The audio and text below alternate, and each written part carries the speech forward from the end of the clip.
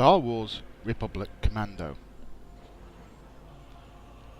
Since we've had the May the 4th sales of Star Wars games on various platforms, I decided to pick up the last few Star Wars games I was missing and to review them. This will include the good, the bad and, well, the really ugly. And with that, I'm starting off with an oft-overlooked classic from 2005, Star Wars Republic Commando. Your foundation, a pure. We begin with an intro of our character, known as RC-1138, or Boss by the other clones of Delta Squadron, being grown and then training throughout his life until finally setting off to war. Upon landing past the arena of Geonosis, you go through a few tutorial encounters while attempting to regroup with your three teammates, on your way to assassinate a Geonosian called Sun Fac. Once you achieve your objective and spot an unidentified ship that belongs to General Grievous, you are then tasked with shutting down a droid factory and an anti-aircraft bunker to allow the Republic Army's Air Force to bring their full might to bear on the Separatist forces. While doing this, you infiltrate a disabled Confederacy core ship to steal the launch codes that prevent the Separatist fleet from retreating and then escape with seconds to spare. We then shift to a few years later where Delta Squad are tasked with investigating a derelict Acclamator-class Republic ship called the Prosecutor. The Prosecutor used to be your character's home before the war started, and went missing some months previously in a totally different sector of the galaxy. Delta Squad infiltrate at separate points to speed up the investigation and quickly lose contact with each other. The seemingly deserted ship is soon revealed to be home to scavenger droids who disrupt communications by their mere presence. After dealing with various ambushes by the droids, you then encounter Trandoshan slavers and mercenaries, who again frequently ambush you before you finally find your first missing member of Delta Squad, whom you see get ambushed as he's trying to get records.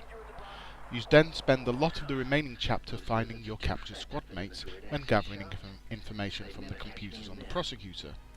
You then fight your way up to what looks like the bridge of the ship to disable the jamming device, before being informed that there is a Trandoshan dropship in a hangar that has to be destroyed. Doing so blows up a shield regulator by accident, which gives you a clue in how to battle the upcoming assault by droid dispensers and the Trade Federation droid control ship that jumps in close to the Prosecutor. Fighting your way through the hangars and destroying the shield regulators forces the Trade Federation ship to decide to scuttle the Prosecutor instead of trying to capture it now that they have been mostly shut out from the hangars. Delta Squad has to travel to one of the gunnery control rooms and activate the fire control computers while under heavy droid assault. The guns, combined with the timely intervention of another Acclamator-class ship called the Arrester, are enough to take out the droid control ship. Over a year later, Delta Squad are ordered to infiltrate the Wookiee homeworld of Kashyyyk to rescue General Tarful from Trandoshan slavers. After working your way through Trandoshan camps, you come across a General Grievous in one of the compounds, and he quickly sends one of his Magna Guard bodyguards to take you out. After defeating it, you soon find out that the Separatists and Trandoshans have worked out an alliance and are setting up a base on Kashyyyk. Delta Squad are then tasked with taking out the Trandoshan supply base. As the conflict increases, Delta Squad move forwards with the intention of blowing up a critical bridge to stop the Separatists from being able to reinforce their troops already in the city of Kachiro. A demolition charge fails to detonate, thus requiring Delta Squad to instead find a different vantage point and use a rocket launcher to hit a fuel line running underneath the bridge. From there you are ordered to move into the Wookiee Citadel and man 4 of the heavy anti-aircraft turrets to help with the destruction of the Separatist destroyer hovering over the city. Once you are successful, your team regroups, but one of your team, Sev, is attacked and captured. You are ordered not to go after him, but instead regroup for an important briefing. Once back on a gunship, a hologram Yoda gives your squad a debriefing, explaining that your actions set the stage for the Republic to strike at the Separatists on Kashyyyk.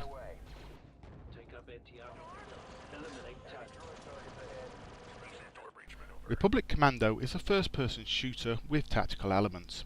I would hesitate to call it a tactical shooter, as the tactics part are shallow when compared to other games in the genre such as Rainbow Six. You have the options of ordering the 3 other members of Delta Squad into pre-allocated spots to perform such alternate attacks such as sniping, heavy weapons, grenades, or a fixed weapon position. You also have the option of issuing commands such as group up, attack, spread out, or move to a location. You can also tell Delta Squad to hack consoles and doors, place demolition charges, or perform a hot breach of doors, where one blows the door and then another throws a grenade before everyone rushes in. These are ones you can perform yourself, and often have to when alone. Without these commands, the AI allies just use normal attacks and stay relatively close to the player, and their AI isn't that great at times. Sometimes they have problems with pathfinding, leaving them stuck behind objects or in the stairways. This often requires you to either nudge them out of the location with your own body, or down them and then revive them in the hopes that they were pushed out of this stuck area when they fell. Considering the issue with the AI, it's a great advantage that Delta Squad don't die as such. When they would be killed, they instead collapse to the ground and need help, which can be done by yourself or another squad member. This also happens to yourself, helping you feel that you are part of the same squad. A quick burst from some form of reviving device and the squad mate is back up on their feet after a moment, but at reduced health until they can heal up with a Bacta dispenser. Each of the 3 chapters in the prelude cover different environments. You start on Commando, and then your first actual engagement is on Geonosis. From there you move to the inside of a Republic assault ship, and then finally onto the organic heavy maps on Kashyyyk. Built upon the Unreal 2 engine, the frame rates are kept very high even in the rarer, more open areas. As for playtime, the game is about 6 hours in length, which is a little on the short side. This is a little disappointing, but I find the game has a fair amount of replayability due to the varied levels and enemies, as well as the various alternate modes your DC-17 blaster can adopt, and the different types of grenade that you can employ. The game works on Windows 10, my version is the 64-bit professional version, but that shouldn't make a difference to other versions of Windows. Although by default it doesn't support widescreen monitors, and so will appear stretched or with black bars on the side depending on your driver settings. There are fan files and mods which fix these issues, as well as a problem with the bump mapping settings causing graphical issues on any setting above low. I have collected the files I used when playing and recording the game and placed them in a OneDrive folder so that you can easily find them and fix the issues. The link is in the description below.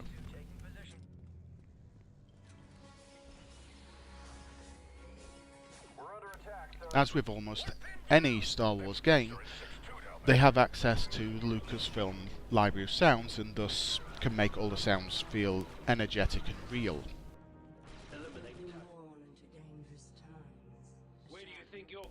Republic Commando got above average reviews and scores, but with notes about game length and its average multiplayer experience. These reviews feel very fair, although I've never played the multiplayer, as I encountered the game well after GameSpy was shut down.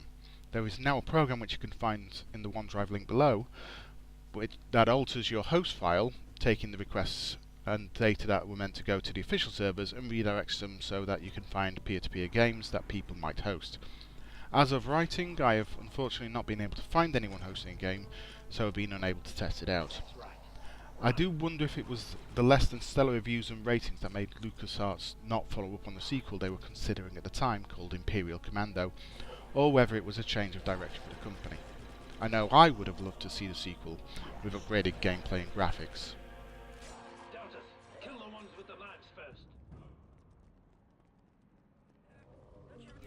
This is a good game that flew under the radar of a lot of gamers out there, and is well worth your time to play through. I almost always leave it installed on my computer so that when I'm in the mood for a Star Wars tactical FPS game, I can quickly load it up and get my fill. The story may be fairly simplistic, but considering you're a soldier rather than a Jedi, this isn't a problem for the game as it fits the field well. The only real complaints I can raise are that near the end it starts to get a bit repetitive and over the top with the enemies you have to fight, reusing the same enemy in very similar arenas multiple times in a short period. There is also the issue with the amount of screen shake on certain levels which severely interferes with aiming, as it also shakes your aim around. So I say to you, go buy this game, especially when it goes on sale, use the fixes I linked to below this video, and go have a blast.